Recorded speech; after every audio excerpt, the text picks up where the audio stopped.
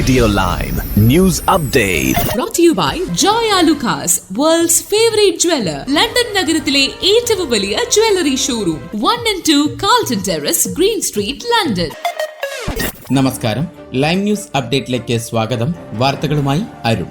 ഇന്ത്യയിലെ തിരഞ്ഞെടുപ്പ് ഫലം പുറത്തുവരുന്ന അന്ന് UK-യിൽ പ്രചാരണ കാഹളം മുഴക്കി പ്രധാനമന്ത്രി ഋഷി സുനാക്കും പ്രതിപക്ഷ നേതാവ് കീർ സ്റ്റാർമറും ആദ്യ ടെലിവിഷൻ ഡിബേറ്റിൽ ഏറ്റുമുട്ടും. ജൂൺ 4-നാണ് ആദ്യ ഡിബേറ്റ്. നേതാക്കൾ പരസ്പരം ആശയങ്ങളും വാഗ്ദാനങ്ങളും നിരത്തി കൊണ്ടും കൊടുത്തും മുന്നേറുന്ന ചാനൽ ഡിബേറ്റിൽ നേടുന്ന മേൽക്കൈ വോട്ടർമാരെ സ്വാധീനിക്കുന്നതാണ്. ജൂലൈ 4-ന് പൊതു തിരഞ്ഞെടുപ്പ് നടക്കുന്ന ബ്രിട്ടനിൽ ഇക്കുറി നേതാക്കളുടെ ആദ്യത്തെ ഡിബേറ്റ് ITV-യിലാണ്. ജൂൺ 4-ന് രാത്രി 9-നാണ് ITV-യിലെ 1 മണിക്കൂർ നീളുന്ന സംവാദം. സുനാക് വേഴ്സസ് സ്റ്റാർമർ എന്നാണ് പരിപാടിയുടെ പേര്. ജൂലി എച്ചിങ്ങാം അവതാരികയാകുന്ന പരിപാടി തത്സമയം പ്രേക്ഷകരുടെ മുന്നിലാകും നടക്കുക. അതിനാൽ തന്നെ പ്രേക്ഷകരുടെ ചോദ്യങ്ങൾക്കും നേതാക്കൾ മറുപടി പറയേണ്ടി വരും. 2015, 2017, 2019 വർഷങ്ങളിൽ സമാനമായ തിരഞ്ഞെടുപ്പ് സംവാദ പരിപാടികൾ നടത്തി പരിചയമുള്ള മാധ്യമപ്രവർത്തകയാണ് ജൂലി. വരും ദിവസങ്ങളിൽ മറ്റു പാർട്ടി നേതാക്കളെ പങ്കെടുപ്പിച്ചുള്ള അഭിമുഖങ്ങളും സംവാദങ്ങളും ITV വിഭാവനം ചെയ്യുന്നുണ്ട്. പൊതു തെരഞ്ഞെടുപ്പിൽ വിജയിച്ചാൽ മൂല്യവർദ്ധിത നികുതി VAT ഉയർത്താനുള്ള സാധ്യത ലേബറും കൺസർവേറ്റീവുകളും തള്ളിക്കളഞ്ഞു. അടുത്ത പാർലമെന്റിൽ ടോറികൾ വിൽപ്പന നികുതിയുടെ പ്രധാന നിരക്ക് ഉയർത്തില്ലെന്ന് ടെലിഗ്രാഫിൽ എഴുതിയ ലേഖനത്തിൽ ചാൻസലർ ജെറമി ഹണ്ട് പറഞ്ഞു.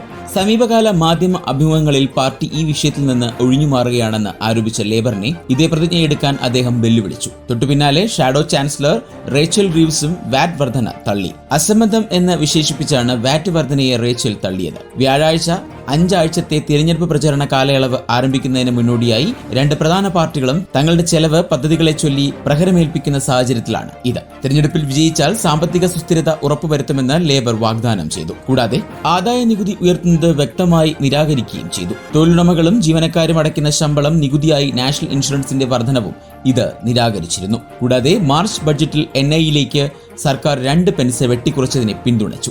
ഇതിനകം പ്രഖ്യാപിച്ചതിനേക്കാൾ കൂടുതൽ നികുതി വർധനവ് താൻ ആസൂത്രണം ചെയ്യുന്നില്ലെന്ന് ചൊവ്വാഴ്ച റീവ്സ് പറഞ്ഞു. കൂടുതൽ സംസ്ഥാന സ്കൂൾ അധ്യാപകരെ നിയമിക്കുന്നതിന് ഫണ്ട് സ്വരൂപിക്കുന്നതിനായി സ്വകാര്യ സ്കൂൾ ഫീസിൽ VAT ഈടാക്കുന്നതിനുള്ള പദ്ധതി ലേബർ ഇതിനകം പ്രഖ്യാപിച്ചിട്ടുണ്ട്. നിലവിൽ സ്വകാര്യ സ്കൂളുകൾ ഫീസിൽ VAT ഈടാക്കേണ്ടതില്ല.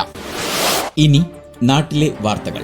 സ്കൂൾ വിദ്യാഭ്യാസത്തിലെ മൂല്യനിർണ്ണയ രീതിയും അടിമുടി പരിഷ്കരിക്കാനായി വിദ്യാഭ്യാസ വകുപ്പ്. SSLC എഴുത്തുപരീക്ഷയിൽ മിനിമം മാർക്ക് നിർബന്ധമാക്കുന്നതിന് പിന്നാലെയാണിത്.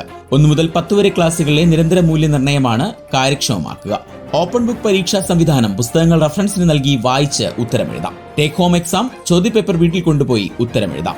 ഓൺ ഡിമാൻഡ് എക്സാം ഒന്നിലേറെ പരീക്ഷ എഴുതാൻ അവസരം. അതിൽ മികച്ച പ്രകടനം നോക്കി വിലയിരുത്താൻ കുട്ടി ആവശ്യപ്പെടുന്ന മുറയ്ക്ക് പരീക്ഷ എഴുതാൻ അനുവദിക്കുകയും ചെയ്യും. ഇതൊക്കെയാണ് പുതിയ പരിഷ്കരണ രീതികൾ.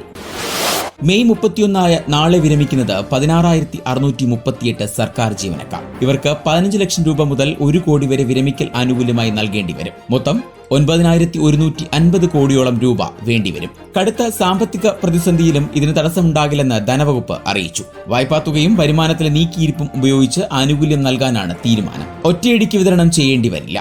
ഫയലുകൾ പാസ്സായി വരാൻ 3 മുതൽ 6 മാസം വരെ സമയമെടുക്കും. ഓരോ ഫയലും പാസ്സായി വരുന്ന മുറയ്ക്ക് ഓരോ മാസവും കൃത്യമായി വിതരണം ചെയ്യും. സാമ്പത്തിക ബാധ്യതയിൽ നിന്ന് തൽക്കാലം ഒഴിഞ്ഞു നിൽക്കാൻ പെൻഷൻ പ്രായം വർദ്ധിപ്പിക്കുന്നത് സർക്കാർ പരിഗണിച്ചിരുന്നെങ്കിലും രാഷ്ട്രീയ കാരണങ്ങളാൽ അത് മാറ്റിവെച്ചു. പെൻഷൻ ചിലവിനൊപ്പം വിരമിക്കൽ ആനുകൂല്യത്തിനുള്ള തുകയും ബഡ്ജറ്റിൽ വകയിരുത്തിയിട്ടുണ്ടെന്ന് ധനവകുപ്പ് അറിയിച്ചു. 22,000-ഓളം പേരാണ് ഈ വർഷം വിരമിക്കുക.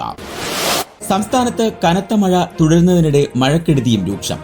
വെള്ളക്കെട്ടും ഗതാഗത തടസ്സവും ജനജീവിതം സ്തംഭിപ്പിച്ചു. തിരുവനന്തപുരത്തും കൊച്ചിയിലും കനത്ത മഴയിൽ താഴ്ന്ന പ്രദേശങ്ങളിൽ വെള്ളം കയറി. കടകളിലും വീടുകളിലും വെള്ളം കയറി. കൊച്ചി കളമശ്ശേരിയിൽ വീണ്ടും വെള്ളക്കെട്ട് രൂക്ഷമാകുന്നു. ഇവിടെ നിന്ന് ഫയർഫോഴ്സിന്റെ ഡിങ്കി ബോട്ടുകളിൽ ആളുകളെ ഒഴിപ്പിച്ചു. ആളുകളെ സുരക്ഷിത സ്ഥാനങ്ങളിലേക്കാണ് മാറ്റിയത്.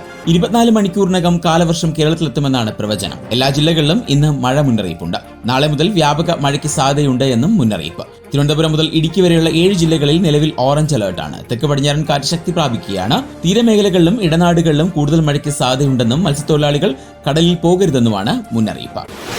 ഇനി സ്പോർട്സ് വാർത്തകൾ. ലയണൽ മെസ്സി ഗോളടിച്ച കളിയിൽ ആദ്യമായി ഇന്റർ മയാമി പരാജയപ്പെട്ടു. ഇന്ന് അറ്റ്ലാന്റ യുണൈറ്റഡിനെ നേരിട്ട ഇന്റർ മയാമി 1-നെതിരെ 3 ഗോളുകൾക്കാണ് പരാജയപ്പെട്ടത്. ആദ്യ പകുതിയുടെ അവസാനം ലോബ്സാനിസ്തെ നേടിയ ഗോളിലാണ് അറ്റ്ലാന്റ യുണൈറ്റഡ് ലീഡെടുത്തത്. 59-ാം മിനിറ്റിൽ അദ്ദേഹം തന്നെ ലീഡ് ഇരട്ടിയാക്കി. 62-ാം മിനിറ്റിലായിരുന്നു മെസ്സിയുടെ ഗോൾ വന്നത്. ഇത് സ്കോർ 2-1 എന്നാക്കി മയാമിക്ക് പ്രതീക്ഷ നൽകി. 73-ാം മിനിറ്റിൽ തിയാരയുടെ ഗോൾ കൂടെ വന്നതോടെ അറ്റ്ലാന്റ യുണൈറ്റഡ് വിജയം ഉറപ്പിച്ചു. പരാജയപ്പെട്ടുവെങ്കിലും ഇപ്പോഴും 39 പോയിന്റുമായി ഇന്റർ മയാമി ലീഗിൽ ഒന്നാമത് നിൽക്കുകയാണ്. ലോകകപ്പിലെ സൗദി അറേബ്യക്കെതിരായ മത്സരത്തിന് ശേഷം ഇതാദ്യമാണ് മെസ്സി ഗോളടിച്ച ഒരു മത്സരത്തിൽ മെസ്സിയുടെ ടീം തോൽക്കുന്നത്.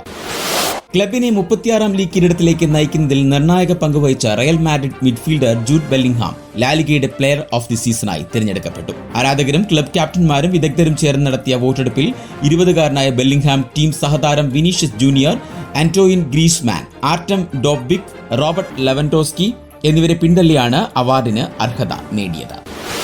ഇനി ഇന്നത്തെ പൗണ്ട് വിനിമയ നിരക്ക് 105.85 ഇന്ത്യൻ രൂപയാണ് ഇന്നത്തെ പൗണ്ട് വിനിമയ നിരക്ക്. ഇതോടെ ഇന്നത്തെ വാർത്താ ബുള്ളറ്റിൻ പൂർണ്ണമാകുന്നു. അടുത്ത ബുള്ളറ്റിനുമായി വരും മണിക്കൂറുകളിൽ കേട്ടുമുട്ടാം. നന്ദി, നമസ്കാരം.